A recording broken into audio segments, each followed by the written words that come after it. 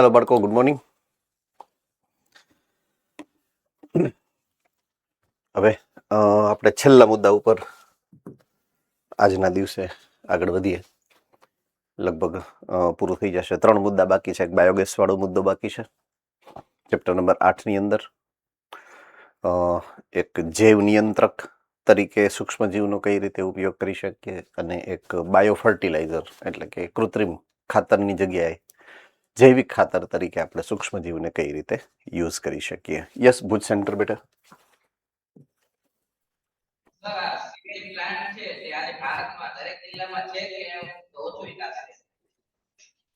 બેટા કાંઈ સમજાણું નહીં, તમે શું બોલાય? હા,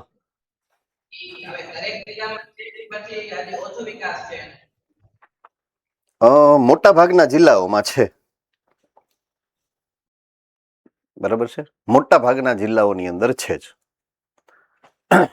હા, જીનિયસ જુનાગઢ. Hello sir. હા બેટા. સર, આ સ્લજનો કે ફ્લક્સનો ખાતર તરીકે ઉપયોગ થાય, બેમાંથી કેનો થાય? ઓકે, સ્લજનો પણ થઈ શકે અને ફ્લોક્સનો પણ થઈ શકે. પણ ફ્લોક્સમાં શું થાય ખબર છે? એરોબિક બેક્ટેરિયા છે. એરોબિક બેક્ટેરિયાને તમે જો વધારે ધાયરા બાર જો જમીનમાં નાખી દો તો જમીનના ઓક્સિજનનું જે લેવલ છે એના માટે કોમ્પિટિશન થાય વનસ્પતિ અને સૂક્ષ્મજીવ વચ્ચે. એટલે જનરલી ફ્લોક્સને ન વાપરી શકાતું. એને કુદરતી રીતે વૈજ્ઞાનિકોના નિયંત્રણ હેઠળ ને મર્યાદામાં વાપરવું પડે. કદાચ વાપરી તો શકાય જ, 100%ની વાત છે, પણ આડેધડ ઉપયોગ ન કરાય એમ. એટલે જનરલી એ વાપરવા દેવામાં આવતા એટલા માટે નથી એમ. હા, જ્યારે હું વાત કરીશ અજારક બેક્ટેરિયાની, એ તમે ગમે એટલા જમીનની અંદર નાખશો, એનાથી કોઈ ઓક્સિજનના લેવલને ફરક નથી પડવાનો. એટલે વનસ્પતિને એ નડશે નહીં એમ. સમજાય છે ને ડિફરન્સની વાત? એટલે એ રીતે ફ્લોક્સ કરતા જે ઓલું અજારક ટાંકાવાળું જે આવશે એનો તમે રાસાયણિક ખાતર તરીકે ઉપયોગ કરશો. બાયોગેસમાંથી નીકળે છે, પછી પહેલા તો બાયોગેસ ઉત્પન્ન કરવામાં આપણે વાપરી નાખ્યું ફ્લોક્સને, અને પછી એમાંથી જે નીકળે છે એને તમે જ્યારે રાસાયણિક ખાતર તરીકેની અવેજીમાં પ્રાકૃતિક એટલે કે નૈસર્ગિક ખાતર તરીકે વાપરો તો એ સૌથી વધારે ઉપયોગી બનશે એમ. કારણ કે એની અંદર કાર્બનિક અને અકાર્બનિક બંનેની માત્રા યોગ્ય પ્રમાણમાં છે. ક્લિયર થઈ ગઈ વાત આખી? Right, okay. તો હવે વાત કરીએ આપણે પહેલા બાયોગેસ પ્લાન્ટની. બરાબર છે, ઓકે. હવે બાયોગેસ પ્લાન્ટની વાત ભૂતકાળમાં પણ થોડી ઘણી ક્યાંક ને ક્યાંક તમે વાંચી, જાણી અને સમજી હશે. ઇવન થોડીક વાત આપણે અહીંયા અગાઉના મુદ્દામાં પણ કરેલી હતી. હવે જો કોઈ ખેડૂતે, જો કોઈ જનરલી ગ્રામ્ય લેવલમાં જ આ એસ્ટાબ્લિશમેન્ટ સામાન્યતઃ શક્ય એટલા માટે બનતું હોય કે એની અંદર આપણે જે કાચો સીધો સામગ્રી વાપરવાનો છે બાયોગેસ ઉત્પન્ન કરવા માટે, એ કૃષિજન્ય કચરો હશે અથવા તો ગાયનું છાણ કે મળમૂત્ર છે, કે જે સિટીમાં મળવું થોડું મુશ્કેલ છે પ્રમાણમાં. બરાબર છે, એટલા માટે. સોરી, આ બંધ ક્યાં થયો? ઓકે. સો ગ્રામ્ય લેવલ ઉપર આ જે છે એનો ઉપયોગ અને વ્યવહારિકતા જેને કહેવાય ને કે ભાઈ કાચો સીધો સામગ્રી એને વધારે સારી રીતના મળી શકે, એટલા માટે જનરલી એનું સ્થાપન થતું હોય છે. તો એની વાત આગળ વધારીએ. ઓકે, તો બાયોગેસ સૌથી પહેલા છે શું એની વાત કરી છે. તો મૂળભૂત રીતે વાયુઓનું મિશ્રણ છે કે જે આથવણની પ્રક્રિયાથી થાય છે. અજારક બેક્ટેરિયા, મિથેનોજેન્સ, ખાસ કરીને ચેપ્ટર નંબર આપણે 2 ની અંદર ભણ્યા હતા, આર્કી બેક્ટેરિયામાં મિથેનોજેન્સ. તો આ મિથેનોજેન્સનો મૂળભૂત રીતે ઉપયોગ અહીંયા કરવામાં આવે છે. એને કારણે મિથેન વાયુ ઉત્પન્ન થાય, જે મુખ્ય વાયુ છે બાયોગેસનો. આ ઉપરાંત હાઇડ્રોજન સલ્ફાઇડ અને કાર્બન ડાયોક્સાઇડ પણ એમાં ઉત્પન્ન થાય છે. તો મૂળભૂત વાયુ કયો છે? મિથેન બાયોગેસમાં. બરાબર છે. તો સૌથી પહેલા કે બાયોગેસ તો મૂળભૂત રીતે વાયુઓનું મિશ્રણ છે, જેમાં મુખ્ય મિથેન છે, અને સૂક્ષ્મજીવ, જે ખાસ કરીને અજારક સૂક્ષ્મજીવો છે, એની પ્રક્રિયાથી એનો એ મેળવાય છે અને એનો ઉપયોગ થઈ શકે છે. ઓકે, હવે આ મિથેનોજેન્સ કરે છે શું? તો કે કૃષિજન્ય કચરો હશે અથવા તો ગાયનું જે છાણ છે એની અંદર જે અકાર્બનિક દ્રવ્યો છે, મૂળભૂત રીતે તો એ ગાય જે ખાય છે એ તો શાકાહારી ભોજન છે, એટલે કે વનસ્પતિજન્ય ખોરાક જ છે. એટલે વનસ્પતિના કોષોની ઉપર સેલ્યુલોઝ, બરાબર છે, એનું વિઘટન કરવા માટે એ જે રાસાયણિક પ્રક્રિયાઓ કરે ને, કોણ? અજારક બેક્ટેરિયા. તો સેલ્યુલોઝનું વિઘટન કરવા માટે અજારક બેક્ટેરિયા જે રાસાયણિક પ્રક્રિયા કરે છે, જે ચયાપચય કરે છે, એમાં મિથેન વાયુ ઉત્પન્ન થાય. બરાબર છે. મિથેન વાયુની સાથે કાર્બન ડાયોક્સાઇડ, બરાબર છે, અને હાઇડ્રોજન વાયુ પછી સલ્ફર આરે જોડાય એટલે હાઇડ્રોજન સલ્ફાઇડ પણ બને. એટલે અહીંયા O2 લખ્યું છે, ઈ છે CO2 અને અહીંયા H2S. કાર્બન ડાયોક્સાઇડ અને હાઇડ્રોજન સલ્ફાઇડ પણ બને છે. આનું મિશ્રણ થાય જેને તમે બાયોગેસ કહો છો. બરાબર છે. આ બેક્ટેરિયાનું નામ છે મિથેનોજેન બેક્ટેરિયા. બરાબર છે. મિથેનોજેન્સ સમૂહનું નામ છે, સમૂહ. એનું એક ઉદાહરણ મિથેનોબેક્ટેરિયમ. બરાબર છે. આ જાતનું નામ છે, બેક્ટેરિયાની જાત, એનું નામ છે મિથેનોબેક્ટેરિયમ. અને એ જે સમૂહનો છે એ સમૂહનું નામ છે મિથેનોજેન્સ. એટલે મિથેનોજેન કોઈ બેક્ટેરિયાનું નામ નથી, બેક્ટેરિયાના સમૂહનું નામ છે. જેમ સસ્તન આપણા સમૂહનું નામ છે, એમાં આપણે મનુષ્ય છીએ, એમ મિથેનોજેન્સ એ સમૂહનું નામ છે અને મિથેનોબેક્ટેરિયા એ બેક્ટેરિયાની જાતનું નામ છે. થમ્સઅપ કરો જોઈએ. ગુડ. ઓકે. હવે આ પ્રકારના બેક્ટેરિયાની હાજરી તમે સુએજ ટ્રીટમેન્ટ પ્લાન્ટમાં અજારક સ્લજ ડાયજેસ્ટર હતું એમાં પણ કર્યો છે. બરાબર છે. ઓકે. આ પ્રકારના બેક્ટેરિયા ખાસ કરીને ઢોર એટલે કે પશુ છે એનું જે આમાશય એટલે કે એનું જે જઠ્ઠર છે, જઠ્ઠરના ઓલા 4 ખાના વાળી વાત કોને યાદ છે?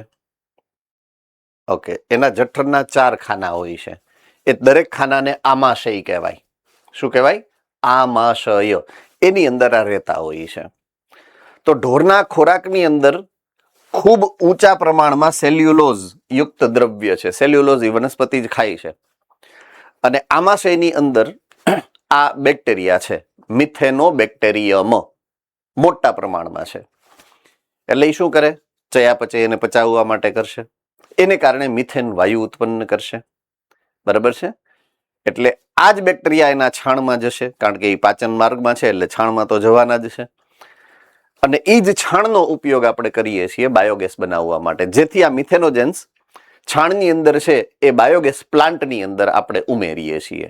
એટલે આપણે ક્યાંયથી લેવા ખરીદવા નથી જવાનું, પણ ગાયનું કે ભેંસનું છાણ જે આપણે વાપરીએ એ છાણની અંદર આ બેક્ટેરિયા હોય છે. તો છાણ એટલે કે ગોબર માંથી બાયોગેસ ઉત્પન્ન થાય છે, એટલે એનું સામાન્ય નામ ગોબર ગેસ પણ કહેવાય. બરાબર છે. એટલે જ્યારે બાયોગેસ શબ્દ વાપરો છો એ થોડોક વૈજ્ઞાનિક શબ્દ છે, અને ગોબર ગેસ શબ્દ વાપરો છો એ ગ્રામ્ય વિસ્તારમાં એને ગોબર ગેસ તરીકે ઓળખે છે.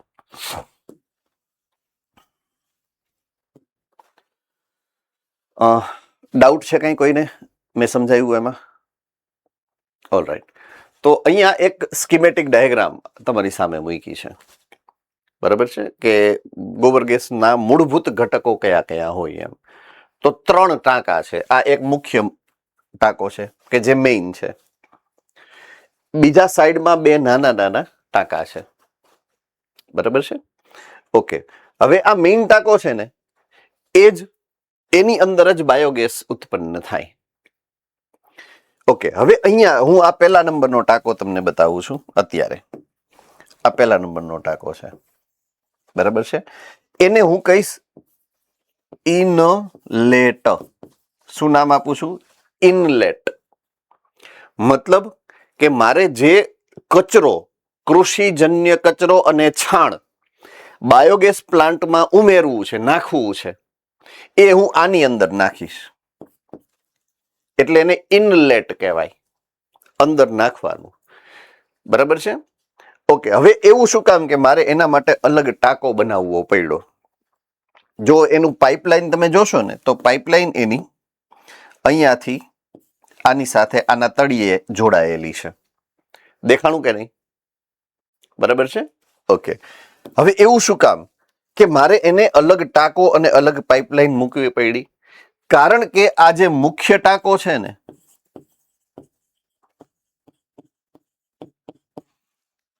જેમાંથી બાયોગેસ તમને મળવાનું છે એ એર ટાઈટ હશે. કેવો હશે? Air tight. નહીતર તો ગેસ બધો નીકળી જાય ને બારે. સમજાય છે કે નહીં? એટલે એ તમે ખોલી ન શકો ઘડીએ ઘડીએ એમ કે હાલો ભાઈ ખોલી નાખીએ ને બંધ કરી દઈને વળી ખોલ. એને તમે ખોલી નથી શકતા. એટલે તમારે અંદર નાખવા માટે એક નવી વ્યવસ્થા ઊભી કરી છે આપણે, કે જ્યારે નાખવું હોય ત્યારે આ ઢાંકણું ખોલી નાખીને બંધ કરી દો. હવે વાયુ ઉપર હશે, નીચે નહીં હોય. એટલે મેં ઈ ઇનલેટનો જે પાઇપ છે એ ક્યાં નાખ્યો છે? નીચે નાખ્યો છે. હવે સમજાઈ ગયું શું કામ મેં નીચે નાખ્યો છે? અહીંયા નાખી શકતો હતો, પણ અહીંયા નાખું તો અગેન હું આ ઢાંકણું ખોલું તો બધો વાયુ બહાર નીકળી જાય, એટલે એ પોસાય નહીં. અબ સમજ में आ गई बात? यस और नो? ઓકે. હવે આની અંદર અહીંયાથી તમે જે કાદવ નાખશો, જે કચરો નાખશો એ બધો અહીંયા આવશે. એટલે આ ધીમે ધીમે ભરાતું જાય. આ જેમ જેમ ભરાતું જાય એમ એમ એની અંદર કૃષિજન્ય કચરો પણ છે, વનસ્પતિજન્ય કચરો પણ છે અને બેક્ટેરિયા પણ છે. એટલે હવે એ પ્રક્રિયા, રાસાયણિક પ્રક્રિયા ચાલુ કરે. રાસાયણિક પ્રક્રિયાને કારણે મિથેન અને બીજા વાયુઓના સમૂહો, જે આપણે હાઇડ્રોજન સલ્ફાઇડ કયો કે કાર્બન ડાયોક્સાઇડ કયો અને મિથેન કયો, એનું મિશ્રણ જેમ જેમ એ વધારે ઉત્પન્ન થાય એમ એમ અહીંયા ઉપરની બાજુ આ ઢાંકણું છે. શું છે? ઢાંકણું છે. એ ઢાંકણું કેવું છે ખબર છે? ભલે એર ટાઈટ છે પણ એ સરકીને ઉપર આમ ઉપરની બાજુએ જઈ શકે. આમ એ ટાઈપનું છે.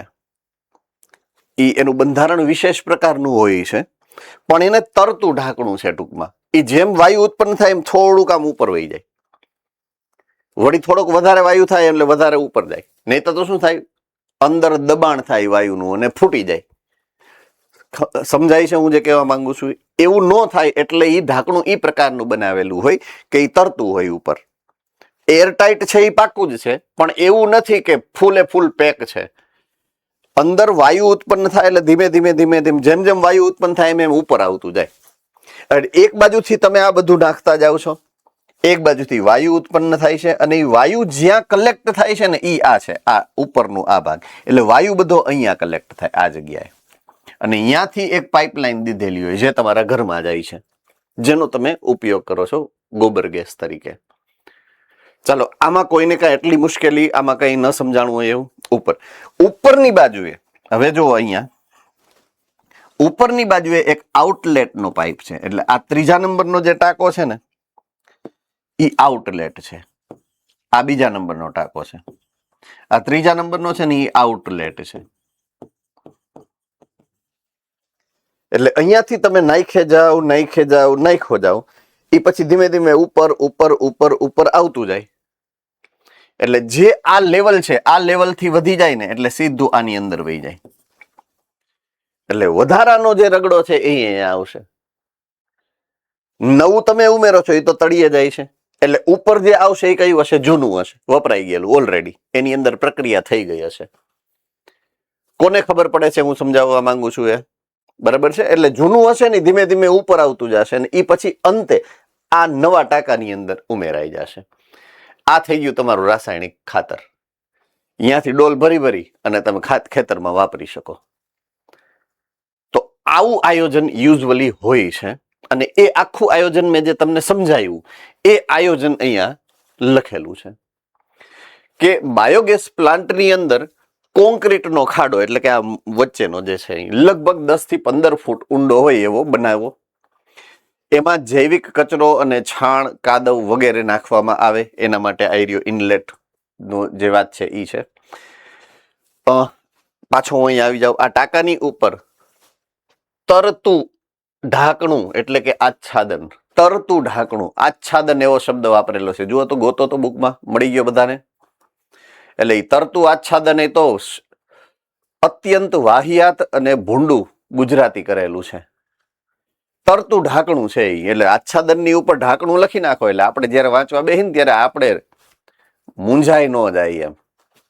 હે ને? ઢોકણું છે ભાઈ. શું છે? ઢોકણું.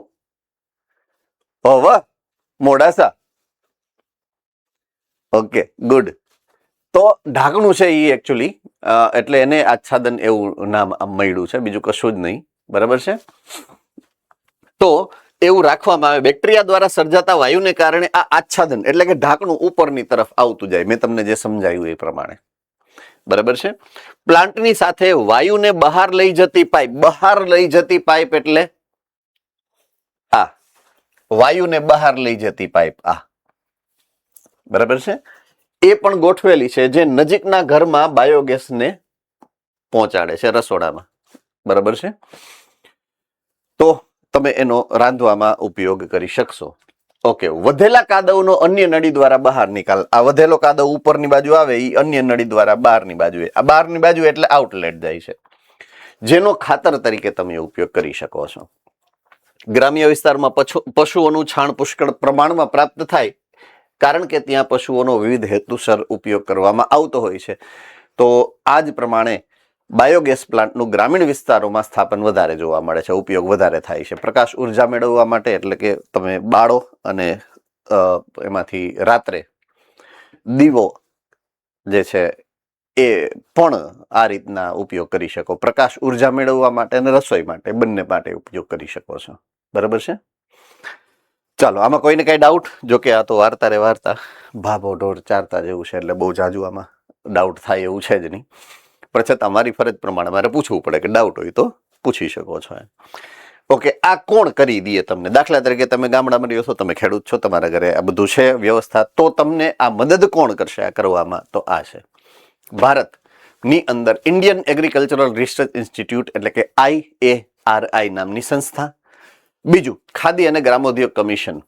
આ બે સંસ્થા એવી છે કે જેમાં તમે અરજી કરી અને જ્યારે અરજી પાસ થઈ જાય એટલે એ લોકો આવી અને તમારા ઘરમાં આ સ્થાપન કરે, તમને સમજાવી જાય બધું કે આ રીતના કરવાનું, આ રીતના કરવાનું, એટલું ધ્યાન રાખવાનું, એટલું ધ્યાન રાખવાનું. બધી ટ્રેનિંગ આપી જાય તમને અને તમને સમજાવી જાય. રેડી? ડન? કન્ફર્મ? છેલ્લેથી બીજો મુદ્દો, જૈવ નિયંત્રક તરીકે સૂક્ષ્મજીવો. હે ને? આજ તો ગમે એમ કરીને પૂરું જ કરી નાખવું છે. કાપૂરું કરી નાખવું છે, કાપૂરું કરી નાખવું છે. ઓકે. આમાં જો કે કઈ છે નહીં, અઘરું નથી. આ ચેપ્ટર ઘણું સહેલું છે, એટલે બહુ જાજી માથાકૂટ આમાં કરવાની થતી નથી. મૂળ મુદ્દો એવો છે. આના પછીનું ચેપ્ટર ભલે 9મું ચેપ્ટર લાગે અવડુકડું બાયોટેકનોલોજીનું, પણ એમાં જે માથાકૂટ થવાની છે આપણા બધા વચ્ચે, ઓહો મજા આવવાની છે એમ. ખૂબ જ માથાકૂટ વાળું ચેપ્ટર હશે. પછીનું પાછું 10મું વાંધો નથી, કારણ કે 9મું આવડી ગયું તો 10મું ઓટોમેટિક આવડી જશે. પણ 9મું ચેપ્ટર જ અઘરું છે અને એમાં મજા જ કરવાની છે આપણે. જો આની આવવા દો કાલથી એટલે ખબર પડશે. ચાલો, હવે ખાતર. આપણે જનરલી દવાઓ રાસાયણિક રીતે જે વાપરતા હોય એની આડઅસરો ગંભીર કેટલી હોય છે એ તો બધું તમને પ્રાથમિકમાં સમજાવી દીધું છે, 8મા ધોરણમાં, 9મા ધોરણમાં, 10મા ધોરણમાં. એટલે રાસાયણિક દવાઓનો જે છંટકાવ થાય એને કારણે ઘણી બધી આડઅસર થઈ શકે. એક અહીંયા લખ્યું છે, આ દવાનો ફોટો છે ને આ એની આડઅસરનો ફોટો છે. બરાબર છે. એટલે એવું ન કરવું હોય તો આપણે અમુક ચોક્કસ પ્રકારની જીવાત જે ખેતરમાં થતી હોય, બરાબર છે, દાખલા તરીકે કોઈ એક જીવડું, જીવાત ખેતરમાં થઈ, એ જીવાતનું કોઈક નેચરલ એટલે કે પ્રાકૃતિક દુશ્મન તો હશે ને. દાખલા તરીકે ઉંદેડા થયા તો ઉંદેડાને મારવાની દવા કરવી એના કરતા તમે બિલાડીને 2-4 રાખો ને, 4-5 દી, એટલે એ બધું એનો નાસ્તો કરી જશે એમાં હાઈ ક્લાસ. સમજાય છે હું જે કહેવા માંગુ છું? હા કે ના? હે ને? તો ઉંદેડા મારવા માટે ઉંદેડાની દવા ન કરાય, 5 બિલાડી ભાડે લઈ આવે ગામમાંથી, એટલે બેયનું કામ થઈ જાય, આપણું ને એનું બેયનું. પછી પાછી જ્યાં ત્યાં મૂકીએ હોય. એટલે એક્ઝેક્ટલી એ વસ્તુ છે કે જ્યારે જીવાત થાય તો જીવાતના જે પ્રાકૃતિક દુશ્મનો છે ને, એવા કીટકો કે એવા સજીવોને તમે જ્યારે ખેતરમાં મૂકી દો તો ઓટોમેટિક ઈ ઓલી જીવાતને ખાઈ જશે કે જે તમને નુકસાન કરે છે. બસ ઈ જ આ જૈવિક નિયંત્રક. નિયંત્રણ કરવું. નિયંત્રણ કોનું? આ નિયંત્રણ શેનું કરવું છે તમારે? તો કે જે જીવાત તમને નુકસાન કરે છે, તમારા પાકને નુકસાન કરતા છે, એવી જીવાતને મારવા માટે નિયંત્રણ કરવા માટે તમે સૂક્ષ્મ જીવો વાપરો. સૂક્ષ્મ જીવ એટલે જૈવિક નિયંત્રણ. અબ સમજ में आ गई बात. નામ શું કામ જૈવ નિયંત્રણ પડ્યું છે? કારણ કે તમારે તમારી દુશ્મન જીવાતને મારવા માટે સૂક્ષ્મ જીવનો ઉપયોગ કરો છો. એટલે તમારે અલગ અલગ પ્રકારના સજીવોનો ઉપયોગ કરવો છે. સૂક્ષ્મ જીવનો પણ ઉપયોગ કરી શકો અને બીજી જીવાતનો પણ ઉપયોગ કરી શકો. મુખ્યત્વે સામાન્ય રીતે જે જૈવિક નિયંત્રકો છે એના ઉદાહરણો પહેલા આપ્યા છે. જૈવિક નિયંત્રણમાં સામાન્ય જૈવિક નિયંત્રણો કયા કયા છે તમને જે ખબર હોય અથવા તો ના હોય, કે દાખલા તરીકે ઉપદ્રવી જંતુ હોય કે રોગકારક હોય, એના જૈવિક નિયંત્રણ એટલે શું એ મેં તમને સમજાવ્યું થોડીક વાર પહેલા. હમણાં હવે કૃષિ ક્ષેત્રે આ પેસ્ટ કંટ્રોલની આ પદ્ધતિ રસાયણના ઉપયોગની સાપેક્ષે પ્રાકૃતિક ભક્ષકો ઉપર વધુ નિર્ભર છે. રસાયણ નથી છાંટવા, દુશ્મનને ગોતી આવવાનો. અબ સમજ में आ गई बात? હા કે ના? ઉદાહરણ આપ્યું છે. એફિડ નામના જીવાત, એફિડ જીવાતનો એક પ્રકાર છે, એને મારવો હોય તો તમે આનો ઉપયોગ કરી શકો. લેડીબર્ડ. લેડીબર્ડ એટલે પંખી નથી. લેડીબર્ડ એક કીટકનું નામ છે. ફોટો જોવો છે? આઈ રહ્યો. આ લેડીબર્ડ કીટક છે. બરાબર છે. એનો ઉપયોગ તમે એફિડને કંટ્રોલ કરવા માટે કરી શકો. જો આ સૂક્ષ્મ જીવ નથી, આ ઉદાહરણ આપ્યું છે જૈવિક નિયંત્રણનું. અન્ય ઉદાહરણ આપ્યા છે. બરાબર છે. બીજું ડ્રેગન ફ્લાય. ડ્રેગન ફ્લાય તો તમે ઓળખો જ છો. આવી રહ્યું હેલિકોપ્ટર યુ જીવડું આપણે વાત નથી કરી ઓલા મચ્છરના નિયંત્રણની. યાદ આવ્યું કે નહીં? બસ ઈ હેલિકોપ્ટર યુ જીવડું ડ્રેગન ફ્લાય. મચ્છરની જે ઉપદ્રવ છે એમાંથી છુટકારો મેળવવા માટે આવા અલગ અલગ જૈવિક નિયંત્રકનો ઉપયોગ તમે જાણો છો. હવે આની બદલે તમે બેક્ટેરિયા પણ વાપરી શકો. જો બેક્ટેરિયા વાપરો તો શું કહેવાય? સૂક્ષ્મજીવ જૈવિક નિયંત્રક તરીકે. આ કન્વેન્શનલ પરંપરાગત છે. આ કન્વેન્શનલ મેથડ છે. પરંપરાગત ખેતીની રાસાયણિક પદ્ધતિઓમાં રિપ્લેસમેન્ટમાં આનો ઉપયોગ થઈ શકે. પણ જ્યારે તમે બેક્ટેરિયા સૂક્ષ્મજીવનો ઉપયોગ કરશો તો એ પણ કરી શકશો. લકીલી આવા કોઈ ઉદાહરણ જાજા આપ્યા નથી. આ જૂના ઉદાહરણો આપ્યા છે, બેક્ટેરિયાના ઉદાહરણ નથી આપ્યા, એટલા બચી ગયા આપણે. બરાબર છે. તો પરંપરાગત ખેતીની રાસાયણિક પદ્ધતિઓમાં આડેધડ લાભદાયી અને હાનિકારક બંને જૈવ સ્વરૂપોને મારી નાખવામાં આવે છે. એટલે કામનાય મરી જાય, નકામાય મરી જાય. નકામા મરે એની તો આપણે વાંધો નથી, પણ કામના બધાય મરી જાય બચાડા કીટકો, સૂક્ષ્મજીવો બધા જ એમ. બરાબર છે. એટલે આ ઓપ્શન વધારે સારો છે ટૂંકમાં બીજા કરતા એમ. ઓકે. હવે સૂક્ષ્મજીવનો આપણે કઈ કઈ રીતે ઉપયોગ કરીએ છીએ? એક બે ઉદાહરણો જે આપ્યા છે એ તો યાદ કરવા જ પડશે, ભલે આખું લિસ્ટ નથી આપ્યું. તો બેક્ટેરિયાનો ઉપયોગ આપણે આ એક પતંગિયાની ઈયળ એના નિયંત્રણ માટે કરીએ છીએ. બરાબર છે. પહેલું ઉદાહરણ જે આપ્યું છે એ છે પતંગિયાની ઈયળ એટલે કે કેટરપિલર. આ બધાએ જોયું જ હશે. જો આવી રહ્યું આવું આપણી આજુબાજુના ઝાડવામાં થાય. બરાબર છે. તો એ ને કંટ્રોલ કરવા માટે તમે બેક્ટેરિયાનો પાવડર છાંટી શકો. ક્યાં છાંટવાનો હોય? ઝાડ ઉપર, વનસ્પતિ ઉપર તમે છાંટી દો બેક્ટેરિયાનો પાવડર. બરાબર છે. કયા સ્વરૂપે થાય? આવી રહ્યું. જો એ બેક્ટેરિયાને તમારે કયા સ્વરૂપે છાંટવા પડે? શુષ્ક બીજાણુ સ્વરૂપે એનું પેકેટ આવે, એ તમારે છાંટી દેવાનું. બરાબર છે. કઈ રીતે છાંટવાનો છે એ પણ લખેલું છે. પાણી લેવાનું, પાણીની અંદર આ કોથળી સેચેટ નાનું પેકેટ હોય ખોલી નાખી પાણીની પેસ્ટ બનાવી નાખવાની અને ઈ પેસ્ટ વનસ્પતિ ઉપર નવડાવી દેવાની વનસ્પતિને એનાથી. એટલે એ બીજાણુઓ શેના છે? બેક્ટેરિયાના. વનસ્પતિની જે આખું દેહ છે એની ઉપર ચોંટી જશે. બરાબર છે. હવે કીટક જ્યારે એ વનસ્પતિના ભાગને ખાય, ડિંબ આ લાર્વા, એ જ્યારે વનસ્પતિના ખાય તો વનસ્પતિના જે ભાગ છે એની ઉપર તો ઓલા બેક્ટેરિયા ચોટેલા છે એ ક્યાં વહી જાય? અંદર. કોની અંદર જાય? આની અંદર. અને સફાચટ કરી જાય, અંદર બહાટી બોલાવી દે. હે ને? સમજાઈ ગયું કે નહીં? કીટકોની ડીંબ એને ખાય એટલે કીટકોના આંતરડાની અંદર એ વિષ એટલે કે ઝેર મુક્ત કરે અને ડીંબને મારી નાખે. આવું ઈ કરે. પણ ઈ બેક્ટેરિયા આપણે બનાવેલા છે, કુદરતી નથી. આ જે શુષ્ક બીજાણુ નાખવાના હોય ને, ઈ આપણે બનાવેલા છે, વિકસાવેલા છે. બરાબર છે? ટૂંકમાં નૈસર્ગિક પસંદગી નથી એ. સમજાઈ ગયું?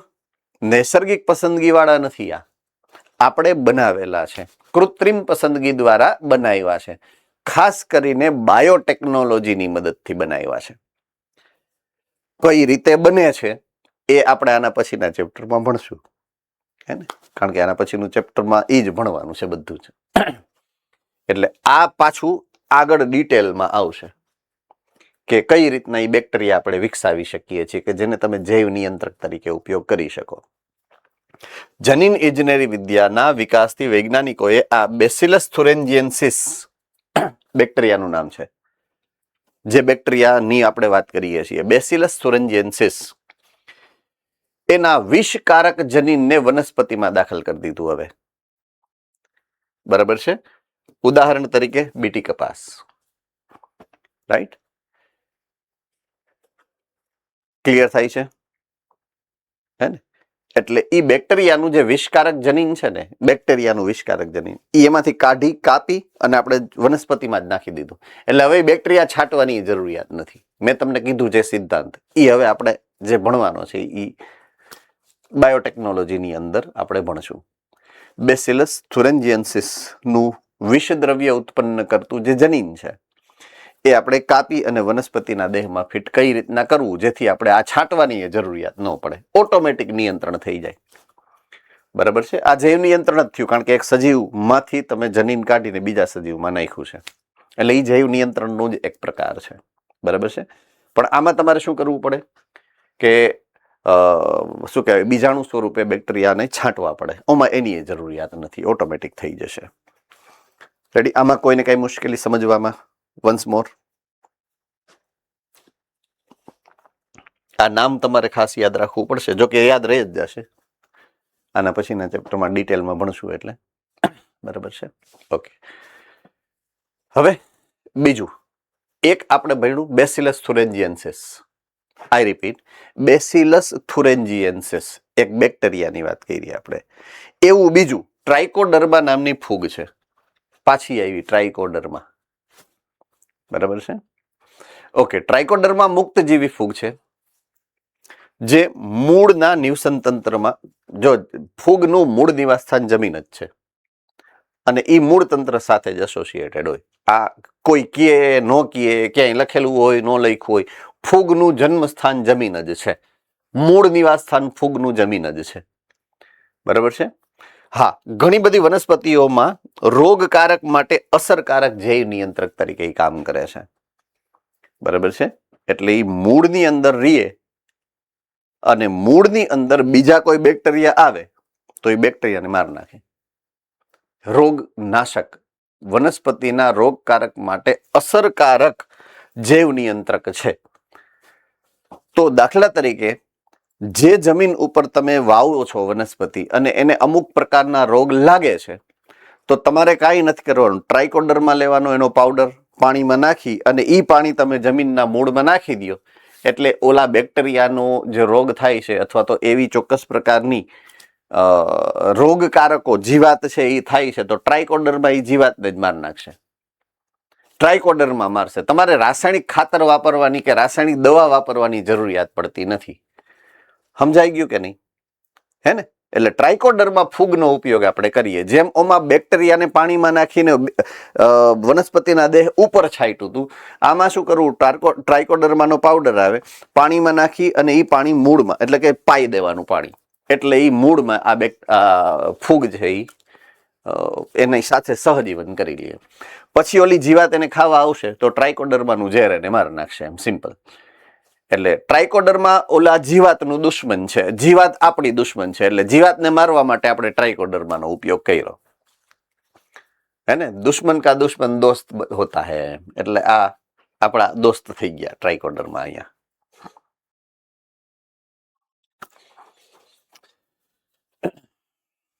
ત્રીજું વાયરસ. પેલું આપણે બેક્ટેરિયાની વાત કરી, બીજું આપણે ફૂગની વાત કરી, ને ત્રીજું આપણે વાયરસની વાત કરીએ. વાયરસનું નામ છે બકુલો વાયરસ, બરાબર છે? હવે આમાં મેં નામ પાડ્યું નથી, એટલે બધા મારી સામું જોઈને પાછા દાંત કાઢે. મેં તો નામ પાડ્યું નથી, બરાબર? તો બકુલો વાયરસ, આમાં હું મૂળ સાયન્ટિસ્ટ જે આ નામ પાડવા વાળા હશે ને એ ઇન્ડિયન હશે, અને એમાં બૈરા હશે, અને એના ઘરવાળાનું નામ બકુલ હશે. એટલે કે આ વાયરસ જેવો છે ને, આનું નામ જ વાયરસનું બકુલો વાયરસ પાડી દે, એવું કઈક હશે સ્ટોરી, કઈક છે નહીં, એવું લખતા નહીં, પાછા લખીને આવશે કે આનું સંશોધન ભારતીય કોઈક નારીએ કર્યું હશે અને એના ઘરવાળાનું નામ બકુલભાઈ હતું, એવું લખતા નહીં, મહેરબાની કરજો બાપા, કે એવું અમને ઓઝા સાહેબે ભણાવ્યું હતું. એને આ તો મસ્તી કરું છું તમારી સાથે, હે ને? તો બકુલો વાયરસ કેના માટે, કેની અગેન્સ્ટમાં આપણે વાપરીએ? અમુક ચોક્કસ કીટકો અને ખાસ સંધિપાદ, બરાબર? દરેક વાયરસ, દરેક બેક્ટેરિયા, દરેક ફૂગ એ ચોક્કસ હોસ્ટ એટલે કે ચોક્કસ પ્રકારના યજમાન ઉપર જ અસર કરતી હોય. તો અમુક ચોક્કસ કીટકો અને સંધિપાદીઓ જે છે એમાં બકુલો વાયરસ જે છે એ એને મારતું હોય, બરાબર છે? એટલે એની વિરુદ્ધમાં આ જૈવ નિયંત્રણ માટે બકુલો વાયરસનો ઉપયોગ થતો હોય છે. હવે જાતિ વિશેષ છે, મેં કીધું એમ પ્રમાણે ચોક્કસ જાતિ માટે જ હોય છે, બરાબર છે? ઓકે, હવે શબ્દ ગંભીર વાપરા છે. હવે જે શબ્દ વાપરા છે ને, ગંભીર શબ્દ વાપરા, જુઓ, લઘુ વર્ણપટીય કીટકીય પ્રયોજન,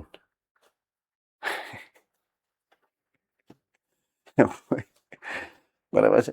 નેરો સ્પેક્ટ્રમ ઇન્સેક્ટિસાઇડલ એપ્લિકેશન. હવે એનો સાચો અંગ્રેજીને અનુલક્ષીને મતલબ સમજાવવાનો ટ્રાય કરું. હું દાખલા તરીકે તમને એમ કહું કે તમારે મહેનત કરવાની છે, મહેનત કરવાની છે, એનો અર્થ બે રીતે લઈ શકાય. તમે એ રીતે લઈ શકો કે મારે 24 કલાક વાંચવાનું છે, રાઈટ? પણ તમે એક જ દિશામાં વિચાર્યું કે મારે ખાલી મારા માર્કને અનુલક્ષીને સાહેબ મહેનતની વાત કરે છે, પણ મેં હકીકતમાં જે મહેનત કરવાનું કીધું ને એ બધી રીતે મહેનત કરવાની હોય. તમારે તમારા શરીર માટે મહેનત કરવી પડે, ખાવું પીવું પડે તો શરીર ચાલે, શારીરિક શ્રમ કરવો પડે, અડધી કલાક દરરોજ કસરત કરો, મગજને કંઈક થોડુંક સારું આપો. મેં કીધું છે ને કે મહિને એક પિક્ચર જોવું જોઈએ, એ ખોટું નથી. તો એ એક એક્સરસાઇઝ છે, તમે બ્રેક આપો છો મગજને. તો મહેનત કરવાનો મતલબ ગધા મજૂરી નથી. તો હું જે કહેવા માંગુ છું એ બહુ બહોળો અર્થ છે, બહોળો અર્થ. અને તમે ભૂલથી જે સમજો છો એ કેવો છે? ચોક્કસ અને નાનકડો એવો અર્થ છે. નાનકડો એવો અર્થને નેરો સ્પેક્ટ્રમ કહેવાય. સ્પેક્ટ્રમ એટલે વિચારધારાનો જે ફેલાવો છે એને સ્પેક્ટ્રમ કહેવાય. અહીંયા તો નેરો સ્પેક્ટ્રમ તમે વિચારો છો, હું તમને બ્રોડ સ્પેક્ટ્રમની વાત કરું છું. બ્રોડ સ્પેક્ટ્રમ સમજાય છે હું જે કહેવા માંગુ છું એમ? ઓકે, તો નેરો સ્પેક્ટ્રમ, અહીંયા જે શબ્દ અંગ્રેજીમાં વાપર્યો છે નેરો સ્પેક્ટ્રમ, એટલે કે હાવ ચોક્કસ, એટલે કે આ જ કીટકની જાત. કીટકો નહીં, બ્રોડ સ્પેક્ટ્રમ નહીં, આ એક અને આ બે અને આ ત્રણ જ જાતના કીટક માટે એને કહેવાય narrow spectrum insecticidal application. Okay, application એટલે શું થાય? ઉપયોગ. ઇન્સેક્ટિસાઇડલ એટલે શું થાય? ઇન્સેક્ટ એટલે કે જીવાતને મારવા માટેનો ઉપયોગ. પણ કેવો છે? એ નેરો સ્પેક્ટ્રમ છે, ચોક્કસ. ખાલી 2 કે 3 જ પ્રકારની જીવાત નહીં મારી શકે, બધાઈને નહીં. એટલે ગમે એમાં ઠોકી નહીં દેવાનો બકુલો વાયરસ, એમ કેવા ઈ માંગે છે. ચોક્કસ કીટક માટે જ એનો ઉપયોગ તમે કરી શકો. એનો મતલબ શું છે? જાતિ વિશેષ છે, અમુક જાતિ માટે જ કામ આવશે. એટલે જાતિ વિશેષનું અર્થઘટન કર્યું છે આમાં. હવે એને ગૂગલમાં અર્થઘટન કર્યું એટલે ગૂગલ વાળાએ આપણને એવા મૂંઝવી દીધા, લઘુ વર્ણપટીય કીટકીય પ્રયોજન, ગમે એટલું કરો તો સમજાય નહીં કે આ શું કહેવા માંગે છે. આપણી ત્રીજી પેઢીએ કદાચ સમજાય કે પ્રયોજન એટલે શું, તો એ આગલા 3 તો ન જ સમજાય. હવે કીટકીય લખ્યું છે, ઇન્સેક્ટિસાઇડલ, ઇન્સેક્ટિકલ, બરાબર છે. એનું જે કર્યું છે કીટકીય એટલે કેવું, આપણે કીટકીય એટલે શું થતું હોય છે, બરાબર છે. તો એ બેસ્ટમાં બેસ્ટ છે, પણ એ જાતિ વિશેષ છે, બરાબર. શ્રેષ્ઠ સભ્યો કોણ? બકુલો વાયરસ શ્રેષ્ઠ સભ્યો માનવામાં આવે છે, પણ કેના માટે? જાતિ વિશેષ, અમુક ચોક્કસ જાતિ માટે. જો તો એને ઉપયોગ ક્યાં કરી શકાય? Integrated pest program. હવે આ પણ એક મસ્ત મજાનો શબ્દ છે તમારા માટે, ઇન્ટિગ્રેટેડ પેસ્ટ મેનેજમેન્ટ પ્રોગ્રામ, બરાબર છે. IPM, integrated pest management program, IPM શબ્દ યાદ રાખવાનો છે. એટલે એમાં શું કરે ખબર? જૈવિક નિયંત્રણ તરીકે સિંગલ વસ્તુ ન વાપરે, 2-3 વસ્તુ હારે વાપરે. તમે જો શબ્દ સાંભળ્યો હોય તો ઓર્ગેનિક ખેતી, એવો શબ્દ કોને કોને સાંભળ્યો છે? બરાબર છે. હવે ઓર્ગેનિક ખેતીમાં શું હોય ખબર છે? એકેય વસ્તુ એ લોકો રાસાયણિક સંશ્લેષિત પદાર્થો ના વાપરે. એ ફર્ટિલાઇઝર વાપરે તો જૈવિક ફર્ટિલાઇઝર વાપરે, એ કીટનાશક વાપરશે તો આ રીતે બધા કીટનાશકો બધા કેવા હશે? જૈવિક કીટનાશકો હશે, બરાબર છે. અને જે પ્રમાણે જે સમયે ખેતી થતી હોય એ પ્રમાણે એ સમયે જ કરે, ઋતુ સિવાયની ખેતી ન કરે. તો એ બધી ઓર્ગેનિક એટલે કે પ્રાકૃતિક ખેતી છે. એનો જે આખો સ્ટેપ વાઇઝ પ્રોસેસ છે ને, એને કહેવાય ઇન્ટિગ્રેટેડ પેસ્ટ મેનેજમેન્ટ પ્રોગ્રામ. એમાં મિક્સ હોય, બધું આવે, બેક્ટેરિયા એની અંદર આવે, એની અંદર વાયરસ પણ આવે ને એની અંદર ફૂગ પણ આવે, બધાયનું મિશ્રણ હોય. ઇન્ટિગ્રેટ કરવું એટલે શું? ઇન્ટિગ્રેટ કરવું એટલે એકબીજાની સાથે જોડવું. એક ચોક્કસ જાત નહીં, ખાલી બકુલો વાયરસનો જ ઉપયોગ કરવો એમ નહીં. બકુલો વાયરસ એમાં હોય, એમાં અન્ય બેક્ટેરિયા પણ હોય, એમાં અન્ય ફૂગ પણ હોય, બધાયનું મિશ્રણ છાંટવાનું બધે. એટલે જેટલી પ્રકારની જીવાત થવાની હોય બધી પ્રકારને નોખા તમે વાવો, એમને એક જ વસ્તુ છાંટો એટલે બધું આવી ગયું. એ પ્રોગ્રામને કહેવાય ઇન્ટિગ્રેટેડ પેસ્ટ મેનેજમેન્ટ પ્રોગ્રામ. અને એની અંદર મોટા પ્રમાણમાં આ બકુલો વાયરસનો ઉપયોગ કરી શકાય છે, બરાબર. તો જે સમયે જે વિસ્તારમાં જે પ્રકારના કીટકોનો ઉપદ્રવ હોય ને એ પ્રકારનું એમાં વધારે પ્રમાણમાં, દાખલા તરીકે જેમાં અમુક ચોક્કસ સંધિપાદનો વધારે ઓલો થતો હોય તો એમાં બકુલો વાયરસનું પ્રમાણ વધારે હોય એના મિશ્રણમાં. સમજાય છે કે નહીં હું જે કહેવા માંગુ છું? જેમાં પતંગિયાની ઈયળ વધારે વપરાતી હોય તો એમાં ઓલા બેસિલસ સુરેન્જીએન્સિસનું પ્રમાણ વધારે હોય ને આ બધાનું ઓછું હોય. તો આ રીતે એ ઇન્ટિગ્રેટેડ મેનેજમેન્ટ જે છે એ કરવામાં આવે છે પેસ્ટ કંટ્રોલ માટેનું. તો એને IPM કહેવાય, ઇન્ટિગ્રેટેડ પેસ્ટ મેનેજમેન્ટ. એકથી વધારે પ્રકારના સૂક્ષ્મજીવોનો એકી સાથે ઉપયોગ કરવાનો, અલગ અલગ પ્રકારના રોગકારકથી છુટકારો મેળવવા માટે. ક્લિયર થઈ ગઈ વાત આખી? Yes or no? All right. Last point of discussion for today. આજના દિવસનો છેલ્લો મુદ્દો, જૈવ ખાતર તરીકે સૂક્ષ્મજીવોનો આપણે કઈ રીતે ઉપયોગ કરી શકીએ, બરાબર છે. હવે ખાતર શું છે એ તો તમને બધાને ખબર છે, રાઈટ.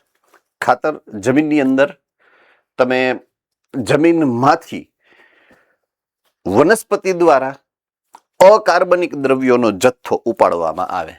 પોઈન્ટ હજી સમજજો, એક વસ્તુ હંમેશા તમારા મગજમાં રાખજો, જમીનની અંદર કાર્બનિક દ્રવ્યો છે.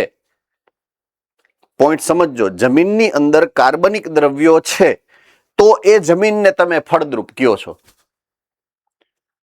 એટલે તમારા મગજમાં એવી કેસેટ ફિટ છે કે વનસ્પતિ જમીનમાંથી આ દ્રવ્યોનો ઉપયોગ, એવું નથી. વનસ્પતિ જમીનમાંથી હંમેશા અકાર્બનિક દ્રવ્યો જ લે છે, કાર્બનિક દ્રવ્યો લેતી જ નથી. તો જમીનમાં આપણે જેને હ્યુમસ એટલે શું? ફળદ્રુપતા માટે જવાબદાર ઓલું હ્યુમસ, ગુજરાતી શું કહેવાય ભૂલી ગયો. સેન્દ્રિય પદાર્થો. હાશ, માંડ યાદ આવ્યું કે જે જમીનમાં સેન્દ્રિય પદાર્થો વધારે છે એ જમીન વધારે ફળદ્રુપ છે. કોને કોને આવું ખબર છે? હેન્ડ રેઝ કરો જોઈએ. તો હવે એને અનુલક્ષીને આપણા મગજમાં એવું કેસેટ ફિટ હોઈ શકે, હું એમ નથી કીધું છે જ, હોઈ શકે કે જમીનમાંથી વનસ્પતિઓ સેન્દ્રિય પદાર્થો લેતી હશે. નહીં. જમીનમાંથી વનસ્પતિઓ માત્ર અને માત્ર પાણી અને અકાર્બનિક આયનો એનું જ શોષણ કરે. ક્યારેય સેન્દ્રિય પદાર્થોનું શોષણ નથી કરતી. ક્લિયર થાય છે કે નહીં હું જે કહેવા માંગુ છું એ? હે ને? તો હોય છે શું? જમીનની અંદર છે શું? સેન્દ્રિય પદાર્થો, જે કાર્બનિક દ્રવ્યો છે. પણ વનસ્પતિને શું જોઈએ છે? અકાર્બનિક દ્રવ્યો.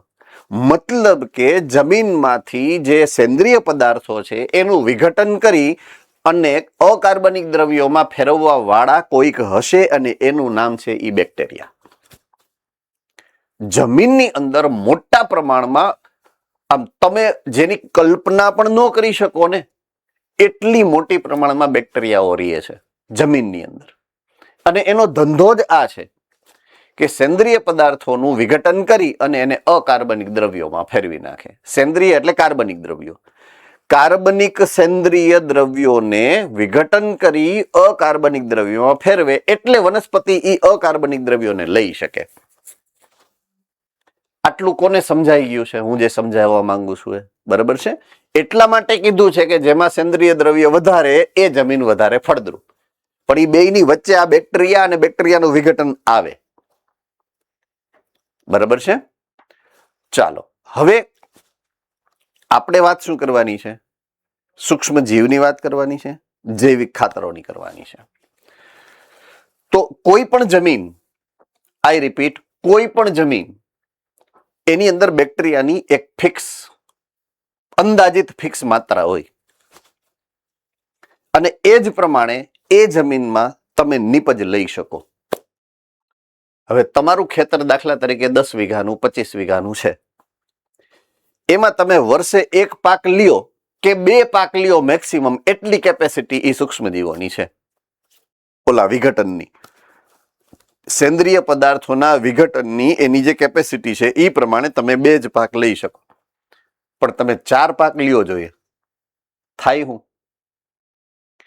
એક વર્ષે કદાચ ફાલ આવ્યો, બીજા વર્ષે આવ્યો, પણ ત્રીજા વર્ષે ઘટે, ચોથા વર્ષે એનાથી નહીં ઘટે, પાંચમા વર્ષે એનાથી નહીં ઘટે. એટલે આપણે શું કરવાનું? ખાતર. તો મૂળ મુદ્દો અહીંયા આવે છે કે ઓલા બેક્ટેરિયા બચાડા કામ જેટલું જોઈએ એટલું નથી કરી શકતા, કારણ કે એની સંખ્યા મર્યાદિત છે અને તમારે જે જોઈ છે ઉતારો એ વધારે જોઈ છે. એકની બદલે 4 સિઝન કરો છો તો શું થાય બચાડા બેક્ટેરિયાનું? એટલે એમાં બેક્ટેરિયાનો વાંક નથી. તો આપણે શું કરીએ?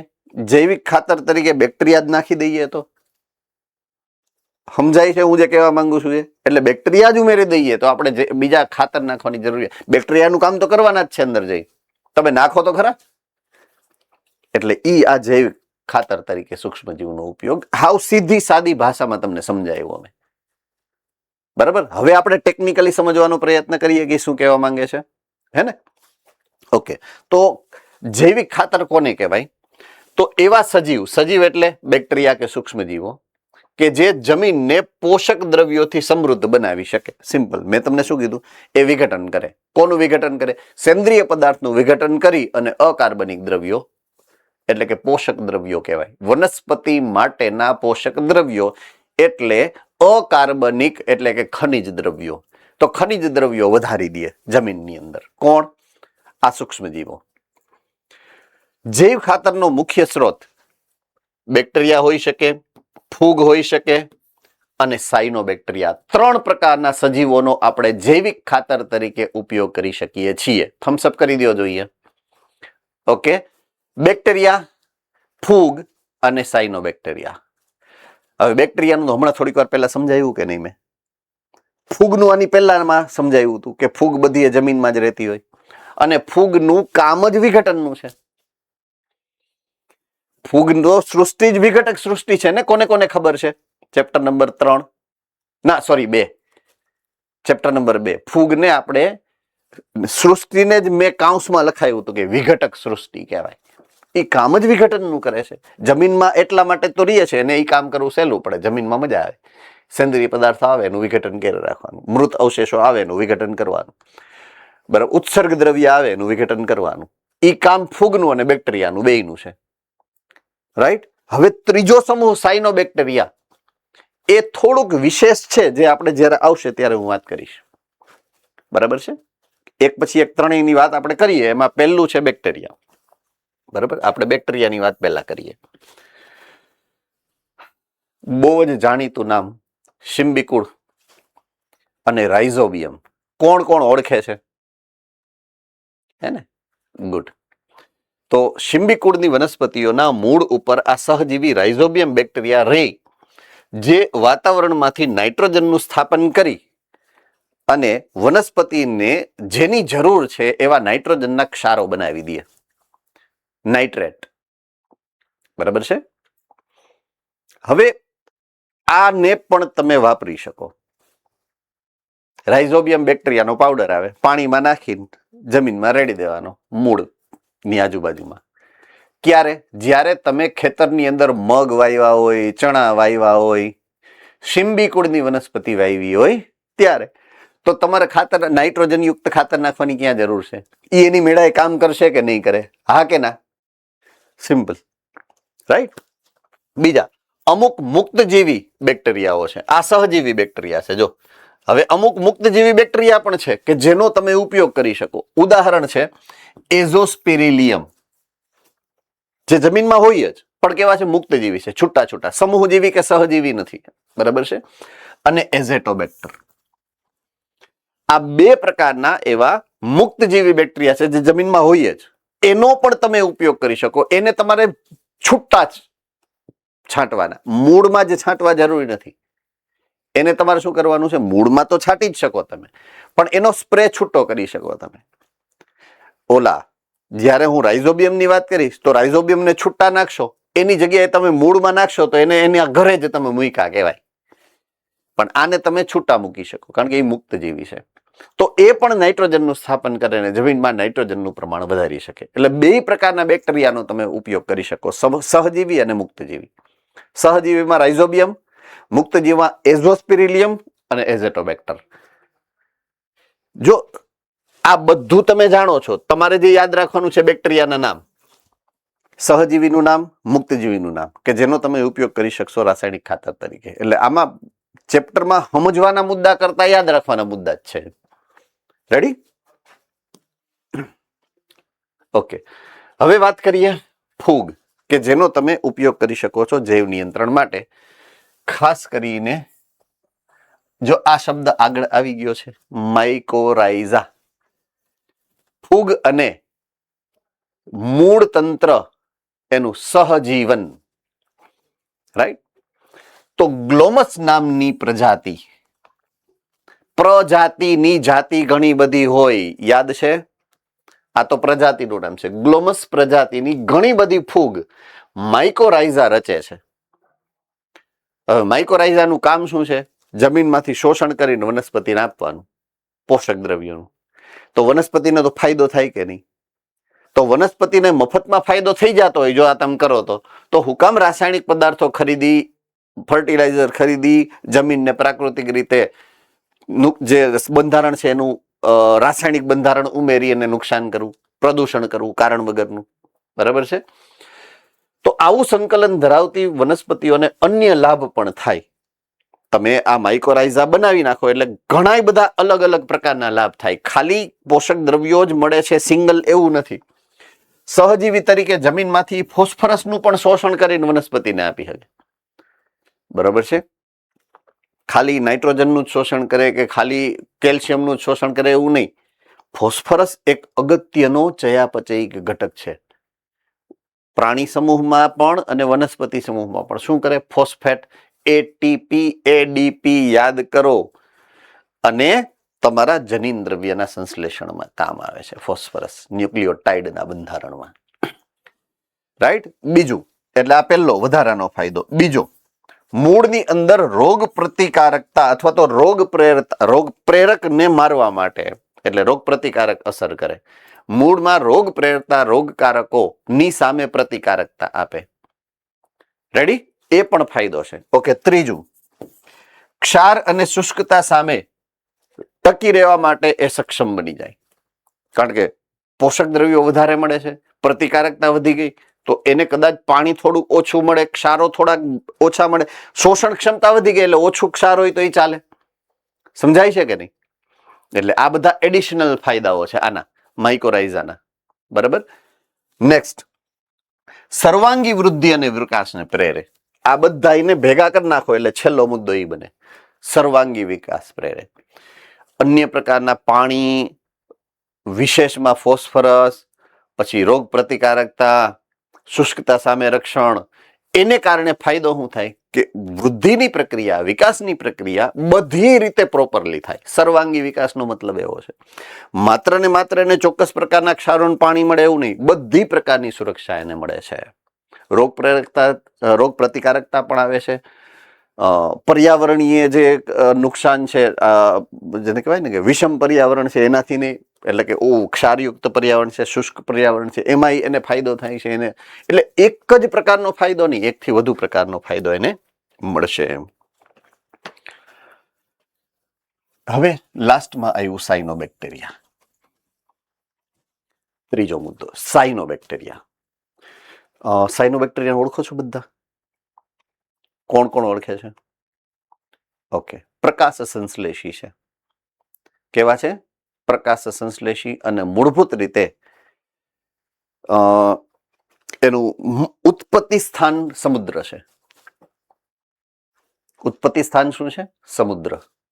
પછી મીઠા પાણીમાં ગયા, પણ જલીય નિવાસ સ્થાન, એનું મુખ્ય નિવાસ સ્થાન શું છે? જલીય નિવાસ સ્થાન છે. કોનું? સાયનોબેક્ટેરિયાનું. આટલું પહેલા સમજવું પડે આપણે. હવે એક બીજો મુદ્દો, એને ભૂલી જાઓ. એક બીજો મુદ્દો, આમાંથી ચોખાની ખેતી વિશે કેટલા જાણે છે? ઓકે, ચોખાની ખેતી પહેલા તો ક્લેઈ સોઇલ, એટલે કે ચીકણી માટી હોય ને એમાં જ થાય. બરાબર છે? બીજું, એનો જ્યારે ખેતીનો સમય આવે તો ત્યારે તમારા ખેતરની અંદર પાણી તમારે ભરીને રાખવું પડે. ચીકણી માટી છે એટલે પાણી તમે ભરેલું હશે એ અંદર ઉતરી નહીં જાય. ઉતરશે પણ એટલી ઓછી સ્પીડમાં ઉતરે જમીનની અંદર કે તમે પાણી ભરેલું રાખી શકશો સરળતાથી. એટલે પાણી ભરેલી સ્થિતિમાં જ એ ખેતી થાય. પછી એના રોપડા આવે નાના નાના, એ રોપડાને તમારે વાવતા જવાના હોય જમીનની અંદર, ખૂતાડી દેવાના. બરાબર છે ને? આ પ્રોપર મેથડ હું તમને એક્સપ્લેન કરું છું. ઓકે, હવે રોપડા છે ને એનું પાંદડું છે ને એ બહાર રહીએ, એનું પ્રકાંડ અને એનું મૂળ જમીનમાં ખૂતી જાય એવું હોય. રેડી? આટલું સમજાણું? ઓકે, જીબ્રેલિનમાં આપણે એવી વાત કહી હતી કે ડાંગરની ખેતીમાં એનો ઉપયોગ કરે જેથી કરી અને એની આંતરગાંઠની લંબાઈ વધે એટલે એ લાંબુ ઝડપથી થઈ જાય. એટલે એને જ્યારે વાવણી કરે ને એ પહેલા જીબ્રેલિનની ટ્રીટમેન્ટ આપે એટલે એ લાંબુ થઈ જાય થોડું. એટલે પાણીમાં ખૂંચાડો ને તો એનો ભાગ જે પર્ણનો છે એ બહાર રહે, એટલે પ્રકાશ સંશ્લેષણ પછી સરળતાથી કરી શકે. આ યાદી અપાવી ખાલી ઓલું જીબ્રેલિન વાળું પાછું. બરાબર છે? ઓકે, હવે અત્યારે વાત કરું, પાછી અહીંયા આવી જાઉં. એને ખૂંચાડી દીધું આપણે, ખૂંચાડી દીધું અને પાણીની અંદર છે બધું, પ્રકાંડે અંદર છે અને મૂળે અંદર છે. હવે પાણી, જલીય નિવાસ સ્થાન, અને હું પાછો સાયનોબેક્ટેરિયા ઉપર આવી જાઉં. એટલે સાયનોબેક્ટેરિયાનો જૈવિક ખાતર તરીકે ઉપયોગ તમે એવી વનસ્પતિમાં કરી શકો કે જે જલમગ્ન હોય, પાણીમાં જે અંદર હોય એવી. ચાલો, પોઈન્ટ સમજાઈ ગયો. હવે જમીન ઉપર, સૂકી જમીન ઉપર તમે કોનો ઉપયોગ કરી શકો? કાં તો બેક્ટેરિયાનો અને કાં તો ફૂગનો. પણ જે જલમગ્ન વનસ્પતિઓ હોય, ખાસ કરીને ચોખા, જે સૌથી વધારે પ્રોડ્યુસ થાય છે આખી દુનિયામાં, બરાબર છે, એમાં આ તમે સાયનોબેક્ટેરિયાનો ઉપયોગ કરો છો. સ્વપોષી સૂક્ષ્મજીવો છે, જલીય તેમજ સ્થળ વાતાવરણમાં વિસ્તૃત સ્વરૂપે જોવા મળશે. અત્યારે મોટા ભાગના વાતાવરણમાં નાઇટ્રોજનને સ્થાપિત કરવાનું કામ કરશે. નાઇટ્રોજનને સ્થાપન કરવાનું કામ કોણ કરે? બોલો જુનાગઢ સેન્ટર વાળા બેન. અભિકોષો. Very good. અભિકોષો ચેપ્ટર નંબર 2 માં આકૃતિ એના બીના અને નો સ્ટોક વાળી જે આકૃતિ સમજાવી છે એમાં અભિકોષ કરીને છે, એમાં લખેલું છે ચોખ્ખું બાજુમાં કે નાઇટ્રોજનને સ્થાપિત કરવાનું કામ કરશે. તો જે કામ રાઇઝોબિયમ કરશે માટીમાં, એ કામ પાણીમાં કોણ કરશે? સાયનોબેક્ટેરિયા. પૂરું થઈ ગયું. તમારો મુદ્દો જ મેઇન હતો આ કે એનો ઉપયોગ ક્યાં, શું કામ થાય, ક્યાં નહીં. શું કામ? ક્યાં એટલે જલીય નિવાસસ્થાન વાળી વનસ્પતિઓમાં. બીજું શું કામ થાય? નાઇટ્રોજનના સ્થાપન માટે. તો એના બીના છે, નોસ્ટોક છે, એસિલેટોરિયા છે, આ 3 જાત એવી છે સાયનોબેક્ટેરિયાની કે જેનો ઉપયોગ જૈવિક ખાતર તરીકે, ખાસ કરીને ડાંગરના ખેતરમાં આ સાયનોબેક્ટેરિયાનો ઉપયોગ તમે જૈવિક ખાતર તરીકે કરી શકો છો.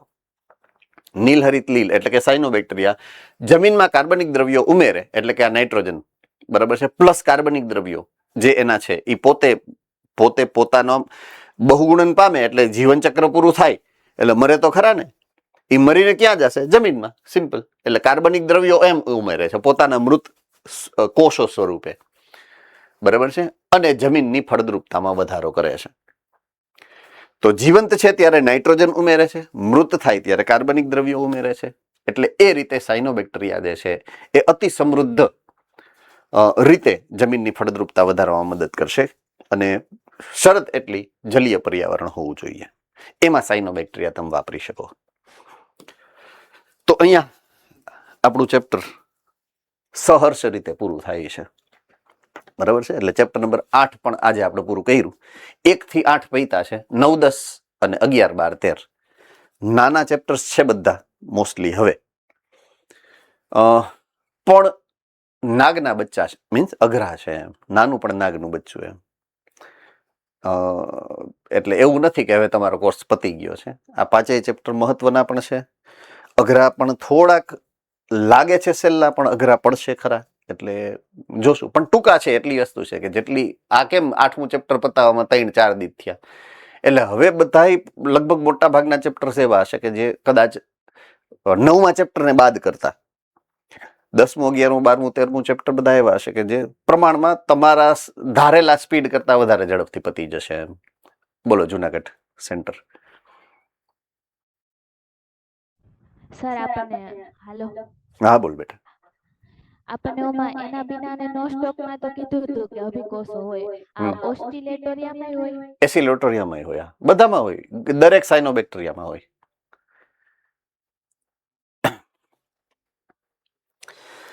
ઓકે, એની અધર ક્વેશ્ચન, ડાઉટ? હા બેટા. કયું ભણવું છે બોલો? હે? 9મું ચેપ્ટર એટલા માટે કરાય કે હજી જીનેટિક્સ થોડું થોડું તાજું હશે ને તો મજા આવે. ઓલું 3 ચેપ્ટર પછી પાછા જીનેટિક્સ ને બાયોટેકનોલોજી બે આમ જોવા જઈએ તો ભાઈ બેન કહેવાય એમ. એટલા માટે મારી પસંદગી હું 9મા ચેપ્ટરને આપીશ. છતાંય તમારી ઈચ્છા હોય તો મને 11માં, મને વાંધો નથી પર્સનલી કાંઈ. કારણ કે જીનેટિક્સ હજી અમે તાજું ભણેલું છે ને એટલે થોડુંક મગજમાં હશે એમ. અને એને અનુલક્ષીને જ તમારે 9મું ચેપ્ટર આખું ભણવાનું છે એમ. 9મું આવડતું હશે એટલે 10મામાં કાંઈ છે નહીં પાછું. 9મું 10મું બે એક જ છે આમ કહી શકાય. એકમાં બાયોટેકનોલોજી શું છે અને બીજામાં એનો ઉપયોગ શું છે. એટલે બે આમ જોવા જઈએ તો આમ 2 ચેપ્ટર કર્યા છે પણ છે એક જ ચેપ્ટર. પણ એ જીનેટિક્સ આધારિત છે એટલે અત્યારે મારી ઈચ્છા એવી છે કે જીનેટિક્સ તાજું છે તો તમને કરાવી દઉં તો વધારે સહેલું પડે એમ. બરાબર? All right, C you tomorrow. કાલે મળીએ છીએ.